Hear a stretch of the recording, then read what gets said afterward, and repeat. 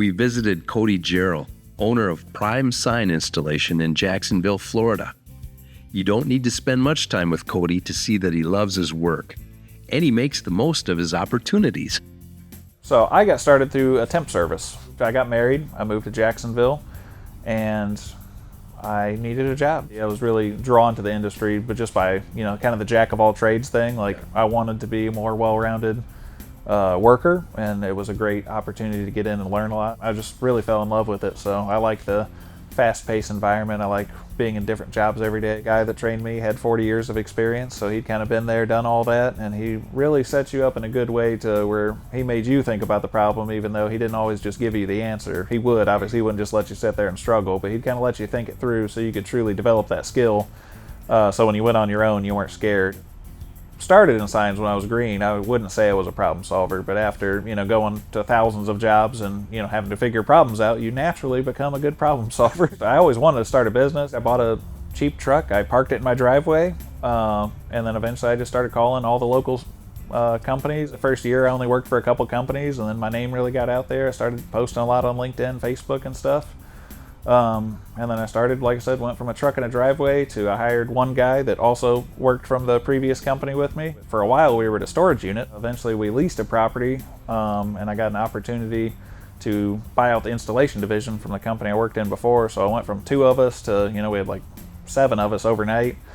A little while after that, I convinced my wife to come over with me. When I was finally ready to purchase a new truck, I knew that we were growing, we were moving in a direction, and it seemed like we kept running into capacity problems. We actually technically have 3 65-footers, and we had a 48-foot articulating Alltech.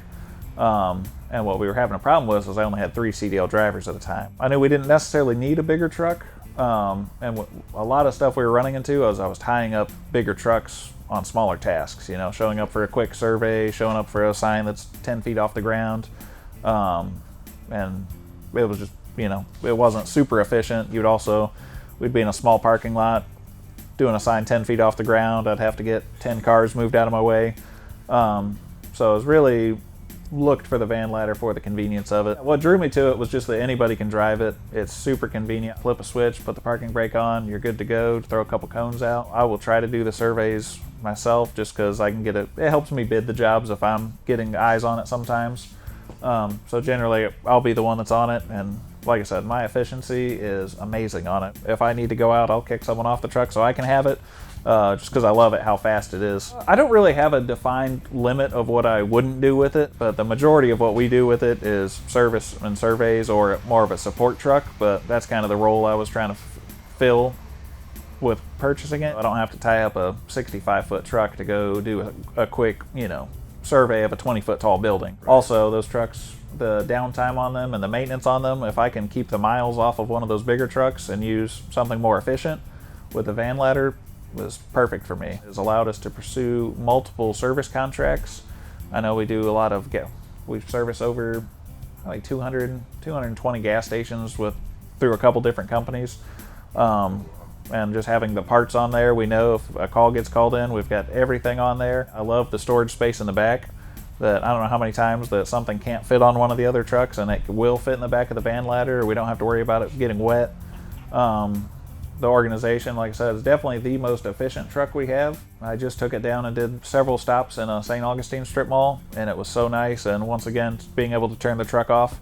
Actually, a while back, I took it to a career day, and a lot of the kids were fascinated. And I was like, I told them, I was like, we do have a few bigger trucks, but if I had those bigger trucks here, you wouldn't be able to hear me because we were standing right beside the truck. We do installs on it. The Tropical Smoothie I did last week was all raceway mounted. Yeah, and that spot was unique because I didn't have that, I couldn't set up forward facing, like they had like a path to drive and then there were cars parked, so I had to park sideways. I had to work directly off the side and the basket rotated perfectly enough. If I would have brought one of the other trucks, like the bigger trucks, I didn't have space to set up my outriggers without completely closing that whole parking lot off. I would have been getting fussed at all day, so sure. It was very nice. I was very grateful to have that truck. What job were these pallets from? Tropical Smoothie. Okay. Yeah, so you're able to just use a forklift and put it in the back? Yeah, we have a skid steer, and we just picked it up, put it in. I closed the door, had everything I needed, drove down there, had all the tools ready to go. So it took about 2 minutes to load, and we were out the door. I've put that truck in every position you can think of, and I've never had a single problem with it, so I was very impressed with it. The price point even, I mean, it makes a lot of sense. That truck makes a lot of money. It's a very profitable vehicle for us. It's really eased up a lot of tension off of me even. The Chariot Bucket Truck, simplifying sign work.